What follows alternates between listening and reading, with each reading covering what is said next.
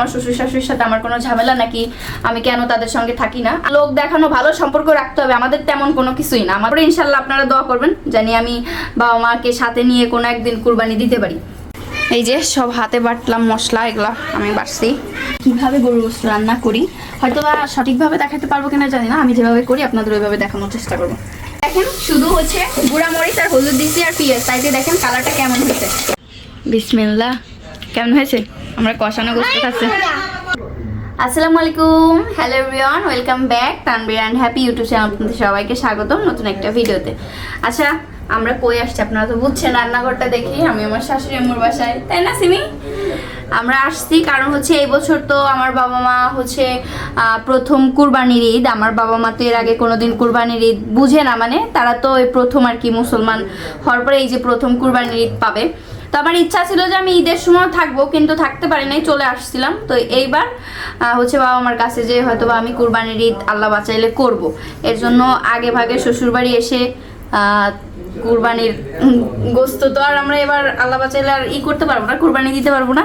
তো গরুর গোস্ত কিনে নিয়ে আসছি, এখন আমরা রান্না বান্না করে মজা করে খাওয়া দাওয়া করবো। আর ইনশাল্লাহ সামর্থ্য যখন হবে অবশ্যই বাবা মাকে কুরবানির আনন্দই হচ্ছে মানে একটা কুরবানি দিব, না হলে তো কুরবানির ঈদের আনন্দ বুঝবে না। তো যতটুকু আছে ততটুকু দিয়ে তাদের বোঝানোর চেষ্টা করব যে ঈদটা কি, ঈদের মজাটা কি। তারপরে ইনশাল্লাহ আপনারা দোয়া করবেন জানি আমি বাবা মাকে সাথে নিয়ে কোনো একদিন কুরবানি দিতে পারি। এখন ওই যে আমরা গোস্ত রান্না করব। আর অনেকেই আমাকে কমেন্ট করে বলেন যে আমার শ্বশুর শাশুড়ির সাথে আমার কোনো ঝামেলা নাকি আমি কেন তাদের সঙ্গে থাকি না। আমরা পাশাপাশিই থাকি, আমরা আহামরি দূরে থাকি না, আমরা পাশাপাশিই থাকি।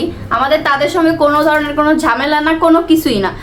আমরা ওই একটা আছে না যে লোক দেখানো ভালো সম্পর্ক রাখতে হবে, আমাদের তেমন কোনো কিছুই না। আমাদের সম্পর্ক অলওয়েজ সবসময় ভালো, আমাদের লোক দেখানোর জন্য সম্পর্ক ভালো রাখতে হয় না। তো যাই হোক, অনেক কথা বলে ফেললাম, এখন আমরা দ্রুত করে কাটি আর রান্না সরাই দিই নাকি আপু? নাহলে তো তুমি আবার ঘুমাই যাবা নাকি? আজকে সিমি মাদ্রাসায় যায় নাই, আমরা আসছি দেখে। ম্যাডাম আসছিল কিন্তু অল্প একটু পড়ছে, আজকে ফাঁকি ঝুঁকি মারছে নাকি সিমি? পরীক্ষা কবে তোমার? পরীক্ষা নাই, পরীক্ষা শেষ। কেমন হবে না রেজাল্ট? পড়া তুমি কি সব এই খাতা নিয়ে নিস? খাতা নিয়ে নিছে?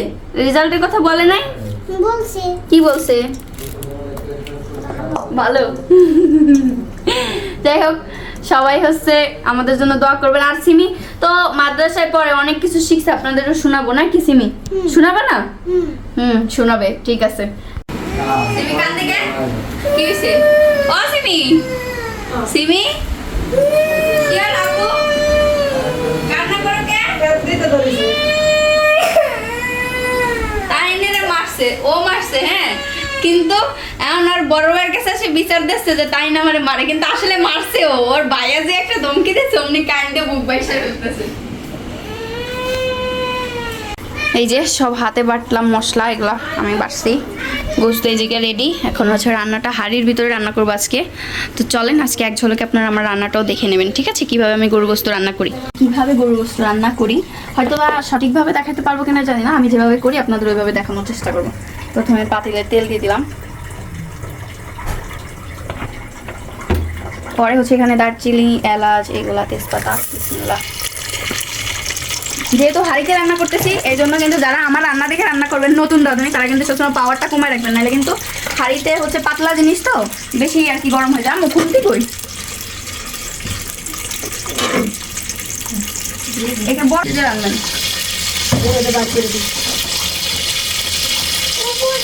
কি উপরে আছে আগে এখানে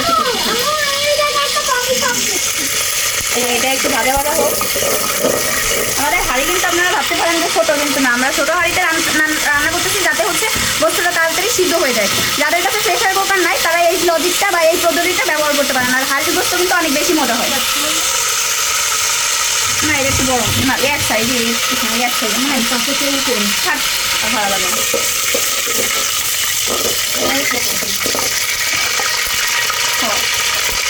এবার দিয়ে দেবো পেঁয়াজ।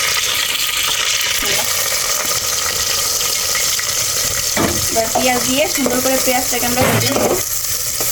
হাতে মাথায় গোস্ত রান্না করতেছি না, এইভাবে গোস্ত রান্না করতেছি, এভাবে রান্না করলে মজা লাগবে বেশি। এখন হচ্ছে জালটা একটু বাড়াই দিবেন কিন্তু, হ্যাঁ আর যারা হচ্ছে পেঁয়াজটা একটু তাড়াতাড়ি ভাজি করতে চান, মানে নরম করতে চান, সেক্ষেত্রে কিন্তু সামান্য পরিমাণে একটু লবণ দিয়ে দিবেন, তাহলে দ্রুত পেঁয়াজটা নরম হয়ে যাবে।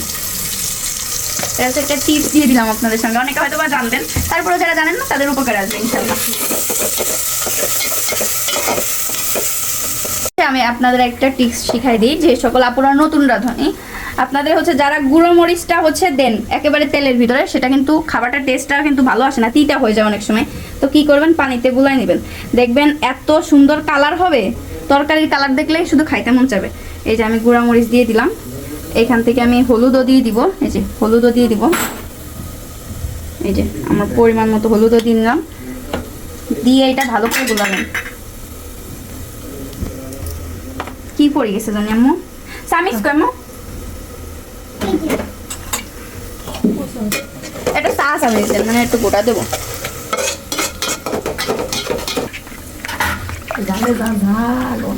এই যে এখন এটা সুন্দর করে গুলে নিব, এটা কিন্তু দলা থাকলে হবে না, গুলে নিতে হবে সুন্দর করে একদম।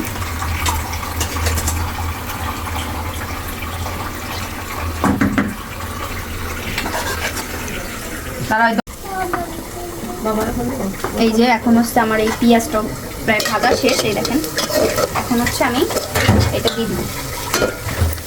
দেখেন এটা দেওয়ার সঙ্গে সঙ্গে দেখেন কালারটা খুব সুন্দর হয়, বিসমিল্লাহ।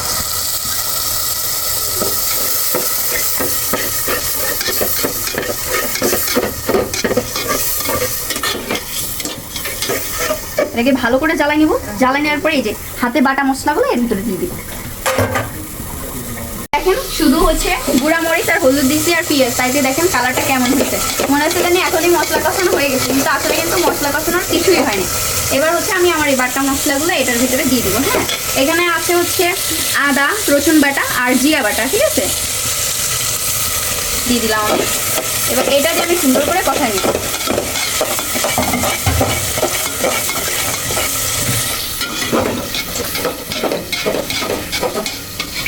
কেউ গিন্না প্যান না ময়লা টয়লা দেখা যায়, এটা হচ্ছে নিচতলা, বুঝছেন, এই জানলা খুলে রান্না, এখানে অনেক রিস্ক। হ্যাঁ, আর এখানে তেল ছিটে যায়, ময়লা হওয়াটাই স্বাভাবিক, বুঝছেন। দিয়ে দিব 1 চামচ ধনের গুঁড়া, কারণ আমরা ধনেটা অত বেশি খাইতে পছন্দ করি না, আপনারা যদি না দেন তাহলে স্কিপ করতে পারেন।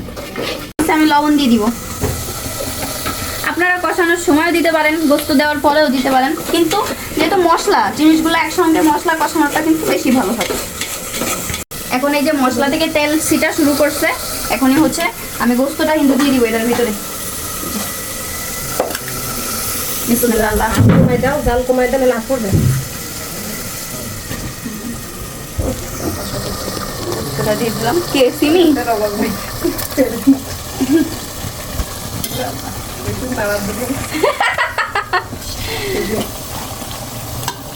উল্টে না করে।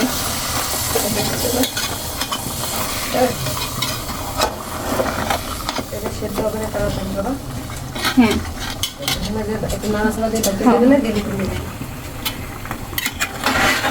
এই দেখেন আমি কিন্তু পাতিলটা একটু ছোট নেওয়ার কারণ এটাই যে যাতে গোস্তটা তাড়াতাড়ি হচ্ছে সিদ্ধ হয়ে যায়।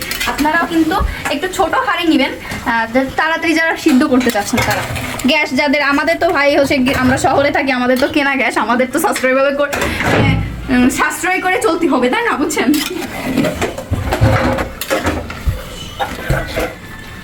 এদিকে সিমি বাতাস করতেছে, সিমি বাতাস করতেছিল। যাই হোক, গোস্তটা আমি নাড়া দিয়ে এখন সুন্দর করে ঢেকে দিব, বুঝছেন। এই দেখেন গোস্তের আমার ফাইনাল লুক।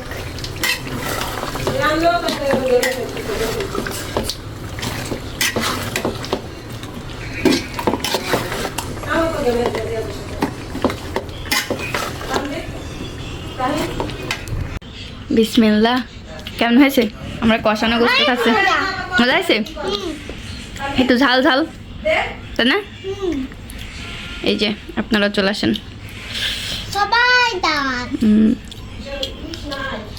আজকে শিলে চাল গুঁড়া করছি, এখন আমরা হচ্ছে কি বানাবো বলো তো? শীত পিঠা বানাবো, মানে সিটানি পিঠা। এই যে শিলে বাটছি, এদিকে আম্মু হচ্ছে আমাদের গরু গোস্ত রান্না শেষ, আম্মু ওই যে দারচিনি এলাচ গুঁড়ো করতেছে, ওইটা দিবে আর কি এর ভিতর গুঁড়ো করে উপর দিয়ে, তাই না? এখন এই পিঠাটা বানাবো। ভিডিওটা শেষের পথে, এখন আমি শেষ করে দিব। ভিডিওটা এভাবে শেষ হওয়ার কথা ছিল না, আরও কয়েকটা ক্লিপের আপনারা হয়তো বা আশা করছিলেন, কিন্তু আমি না আনন্দের ভিতর যখন থাকি বা যখন আমি অনেক মানে খাওয়া দাওয়ায় ব্যস্ত থাকি বা পরিবার নিয়ে সময় কাটাই, তখন আসলে ওই ক্লিপগুলো আমার নিতে কেন জানি না মনে থাকে, তো নেওয়া হয় নাই। তো আমরা সবাই খাওয়া দাওয়া করলাম, পিঠা বানাইলাম, আমি আর আমার শাশুড়ি আমি রাত্র 3টা অবধি গল্প করছি। তো এগুলো আর আমার ক্লিপ নেওয়া হয় নাই। আপনারা হয়তো বা এখন অনেকে বলবেন যে এগুলো গল্প নাটক। দেখেন ভাই, আপনাদের আবারও বলি, আমি বলি, আমার ভিডিওতে যেটা দেখেন সেম তার থেকে ভালো সম্পর্ক আমার শ্বশুর শাশুড়ির সঙ্গে।